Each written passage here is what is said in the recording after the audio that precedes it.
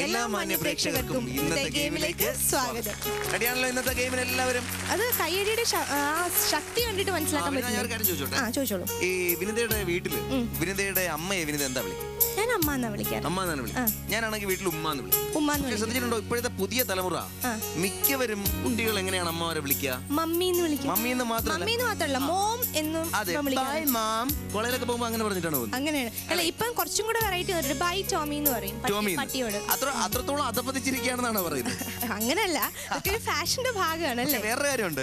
ഈ മമ്മി എന്നത് എന്താണെന്ന് അറിയാമോ? ആക്ച്വലി ഇത് പ്രിസർവ് ചെയ്ത ഡെഡ് ബോഡികൾക്കാണ് മമ്മി ഈജിപ്തിൽ കാണപ്പെടുന്നത്.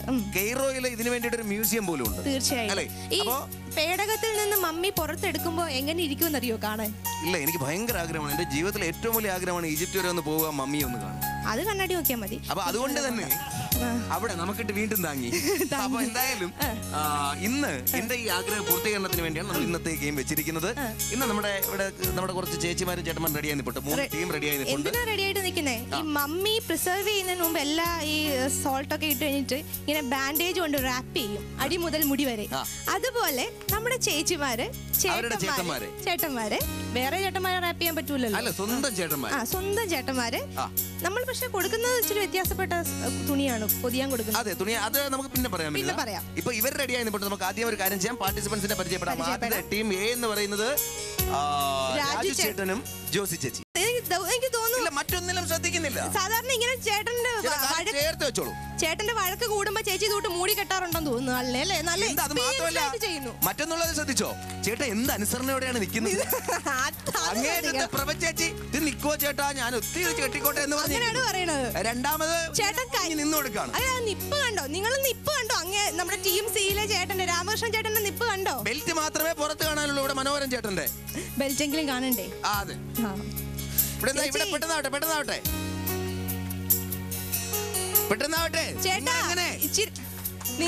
നിങ്ങൾ ഇങ്ങനെ ഇരുന്നാ പറ്റൂല, കൈയടിച്ചു. അവിടെ അങ്ങേറ്റത്ത് വേറൊരു ഫൗൾ വരും. വെള്ള ഷർട്ടാണ്, കംപ്ലീറ്റ് മൂടേണ്ടി വരും. ഫാസ്റ്റ് ആവട്ടെ, ടൈം ഏകദേശം ആയിരിക്കാണ്. വളരെ പെട്ടെന്ന് കൗണ്ട് തുടങ്ങി കഴിഞ്ഞാൽ നിർത്തേണ്ടി വരും. വളരെ പെട്ടെന്ന് നമ്മുടെ ജോസ് ചേച്ചി രണ്ടാമത്തെ റോൾ എടുത്തിരിക്കുകയാണ്. ഫാസ്റ്റ് ആയിട്ട് വേണം. ഫാസ്റ്റ് ആയിട്ട് വേണം. ഇനി കൗണ്ട് ചെയ്യാം അല്ലേ? 10 വരെ. 10 വരെ നമുക്ക് കൗണ്ട് ചെയ്യാം. 10 വരെ എണ്ണി തീരുന്നതിനകം റെഡി? കൗണ്ട് ചെയ്താലോ? 1 2 3 4 5 6 7 8 9 9.5.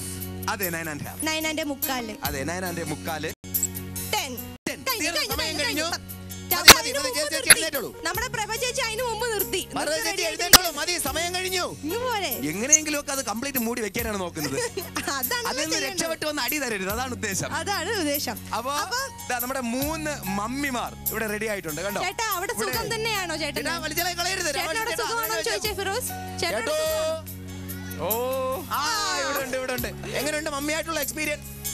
വളരെ മോശം. എന്ത് പറ്റി? ഒന്ന് കാണാൻ വയ്യ. പക്ഷെ ഞങ്ങൾ എല്ലാവരും കണ്ട് ആസ്വദിക്കുന്നുണ്ട്. ഇവിടെ ചേട്ടൻ എന്തെങ്കിലും പറയാനുണ്ടോ? ഹലോ മനോഹര ചേട്ടാ. ഹലോ ഒന്നും കാണുന്നില്ലല്ലോ. ഒന്നും കാണുന്നില്ല. ആരെയും കാണുന്നില്ല. മൂന്നാമത്തെ മമ്മിയെ നോക്കിയേ. ഇതെന്താണിത്? ഭർത്താവിനെ മമ്മിയാക്കണ ഭാര്യക്ക് തീരെ ഇൻട്രസ്റ്റ് ഇല്ല. പോയിന്റ് പിടിച്ചു. അതുകൊണ്ട് ഭാര്യ ഇങ്ങനെ മെല്ലെ ആക്കാം. ഞാൻ ഇതിനില്ല സെന്റിമെന്റ് സംഭവിക്കുന്നുണ്ട്. ചേച്ചിയുടെ സ്നേഹമാണ് ചേട്ടൻ വെളിപ്പെടുത്തിയത്. എന്തായാലും നഗരസഭാ അധികൃതർ കാണണ്ട. അഥവാ കണ്ടാൽ ഇവിടെ ഒരു മ്യൂസിയം തുടങ്ങിക്കളയും പെട്ടെന്ന് തന്നെ. ഇല്ലേ?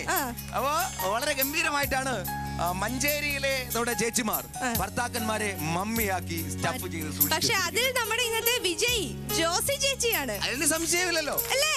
വളരെ നല്ലൊരു മമ്മി ഇവിടെ ഇങ്ങനെ നിൽക്കുകയല്ലേ നെടുവടിയായിട്ട്. ജോസി ചേച്ചിക്ക് മാത്രം ആ ക്രെഡിറ്റ് കൊടുത്താൽ പോരാ. ഇത്ര അനുസരണയോടെ അടങ്ങി ഒതുങ്ങി നിന്ന് കൊടുത്താൽ രാജുചേട്ടനാണ് ഫുൾ ക്രെഡിറ്റ്. പിന്നെ തീർച്ചയായിട്ടും. അപ്പം നമ്മുടെ ഈ 3 ടീമിനും നന്നായിട്ടൊരു ക്ലാപ്പ് കൊടുക്കും. മാത്രമല്ല